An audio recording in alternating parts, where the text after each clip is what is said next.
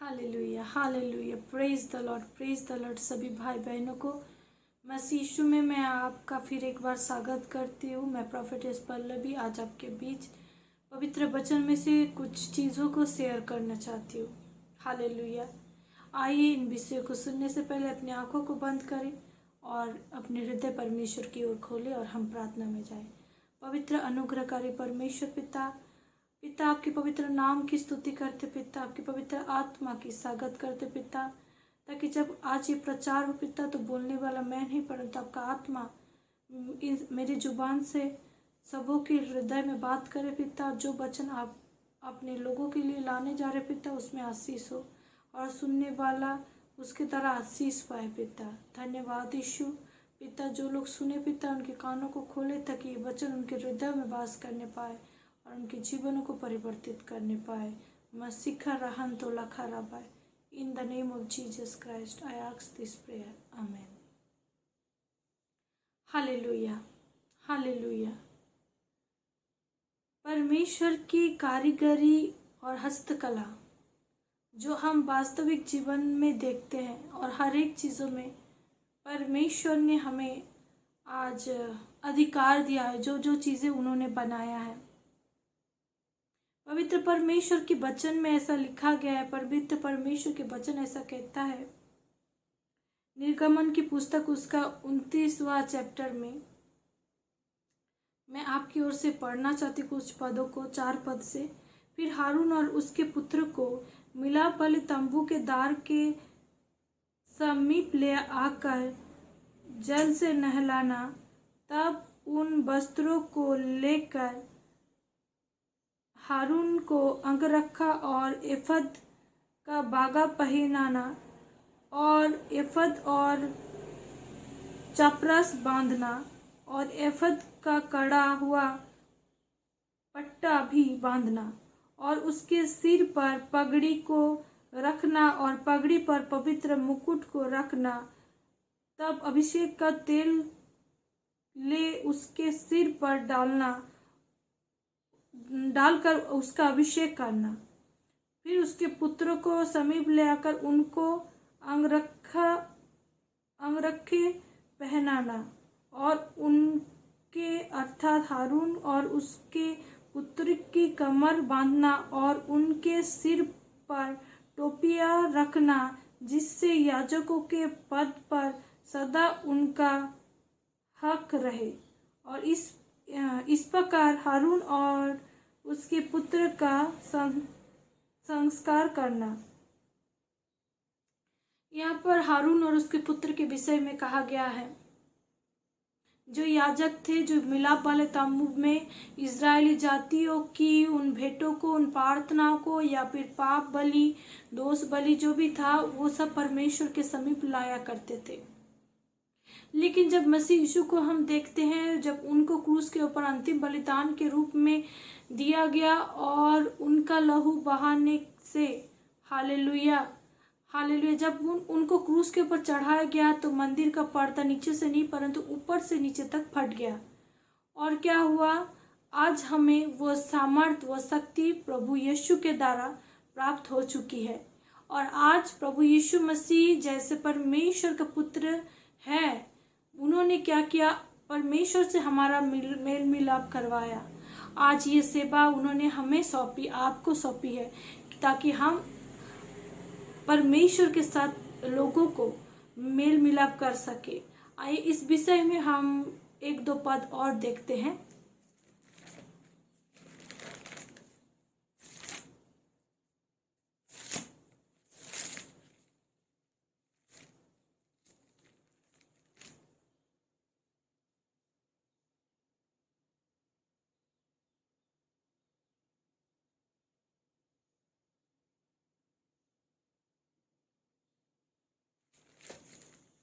मत्ती की पुस्तक में देखते हैं, मत्ती उसका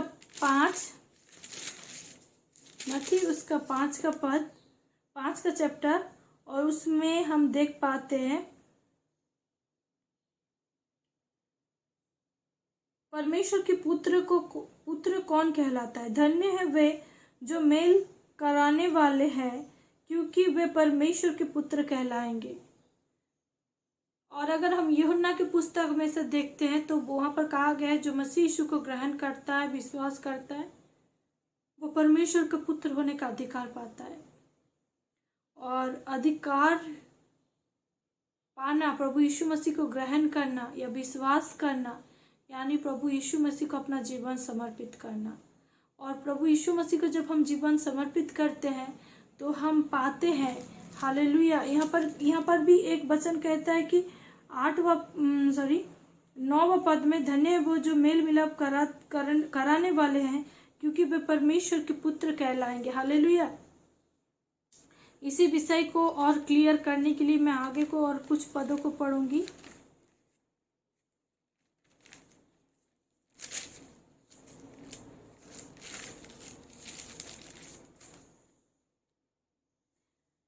मत्ती का एकदम आखिरी पद, आखिरी चैप्टर, मत्ती उसका 28 और उसका 19वें वचन। इसलिए तुम जाओ, सब जातियों के लोगों को चेला बनाओ और उन्हें पिता और पुत्र और पवित्र आत्मा के नाम से बपतिस्मा दो।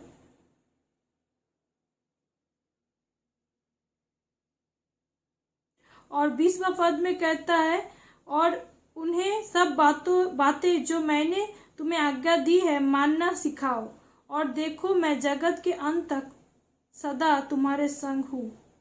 हालेलुया। यहाँ पर कहा गया है कि पवित्र प्रभु यीशु ने जो जो बातें आपको मुझे कही है वो उन लोगों को बताने के लिए, और इसकी तरह हम क्या कर रहे हैं, प्रभु यीशु मसीह के ऊपर विश्वास करने के द्वारा, उसको ग्रहण करने के द्वारा पवित्र यीशु मसीह क्या हुआ, सदा के लिए याजक ठहर गए।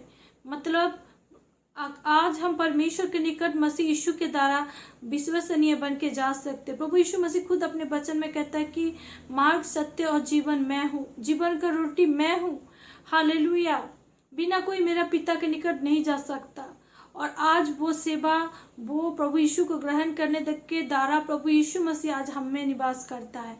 और प्रभु यीशु मसीह ने हमें वो काम दिया है, और खाली काम नहीं दिया, नाम का काम नहीं दिया, परंतु जबकि हम लोगों के साथ परमेश्वर का मेल मिलाप कराते हैं तो हम परमेश्वर के क्या होते हैं, बेटा बेटी कहलाते हैं, संतान कहलाते हैं। हालेलुया। हालेलुया। आपका धार्मिकता आपके चेहरे में ज्योति के नए चमके। हालेलुया। परमेश्वर के पुत्र होने के नाते परमेश्वर का हर एक चीज़ों के ऊपर हमें अधिकार है, हमें सामर्थ्य के ऊपर अधिकार है, हमें चंगाई के ऊपर अधिकार है, हमें परमेश्वर के वचन को लोगों तक लेके जाने तक की हर एक चीज़ों में परमेश्वर ने हमें अधिकार दिया है। और उन्होंने हमें अकेला नहीं छोड़ा। जिस तरीके से हालेलुया हम देख पाते, प्रभु यीशु मसीह जब बपतिस्मा लिए और पानी के ऊपर आए तो पवित्र आत्मा उनके ऊपर ठहर गया।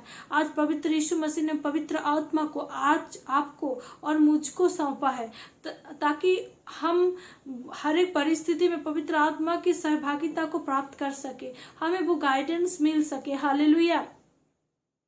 हालेलुया। और आज जो लोग इस बात को नहीं समझ पाते कि काश मेरे जीवन में कुछ सेवकाई हो, काश मेरे जीवन में कुछ कॉलिंग हो, क्या काश मैं कुछ मतलब मैं जॉब कर रही हूँ, ठीक है, जॉब कर रही हूँ, कुछ काम कर रही हूँ, लेकिन एक और काम है जो प्रभु यीशु ने हमें सौंपा है, और वो है जाति जाति के लोगों को प्रभु यीशु मसीह के वचनों के विषय में बताना, पिता पुत्र पवित्र आत्मा के नाम से उन्हें बपतिस्मा देना।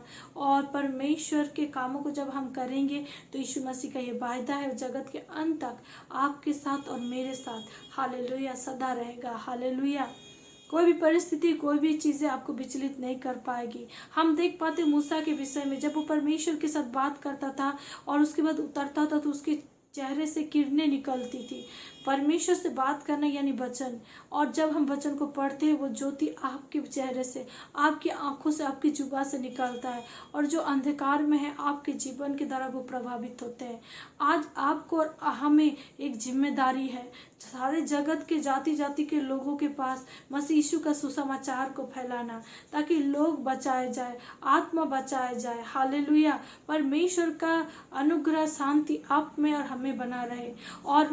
और इस काम में हालेलुया हमें आत्मिक चीज़ों को पर ध्यान देने की ज़रूरत है। हमें परमेश्वर की ओर ताकने का ज़रूरत है, ताकि हम खुद ज्योति पाए, तभी हम दूसरे के जीवन में उस ज्योति का प्रगटीकरण कर सकते। टिफनुस को जो लोग मार रहे थे, वो स्तिफनुस जब मार खा रहा था तो उसके चेहरे से ज्योति चमकी और लोगों के आंखों में वो ज्योति उन लोग को दिखाई दिया, स्वर्गदूत के नए। हालेलुया। तो जब हम प्रभु यीशु मसीह का वचन को प्रचार करते हैं तो आपके द्वारा लोगों के जीवन परिवर्तित होगा। प्रभु इस वचन की तरह आप में से हर एक को ब्लेस करे। जय मसीह की।